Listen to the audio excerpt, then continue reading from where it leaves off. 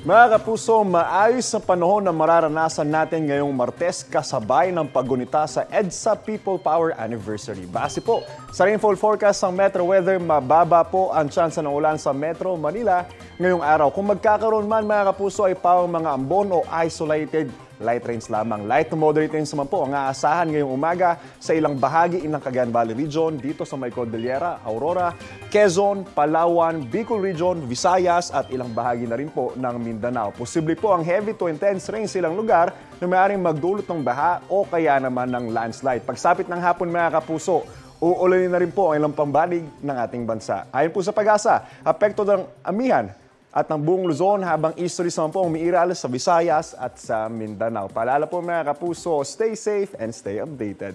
Ako po si Anjo Pertiera. Know the weather before you go. Para mag-safe lagi, mga kapuso.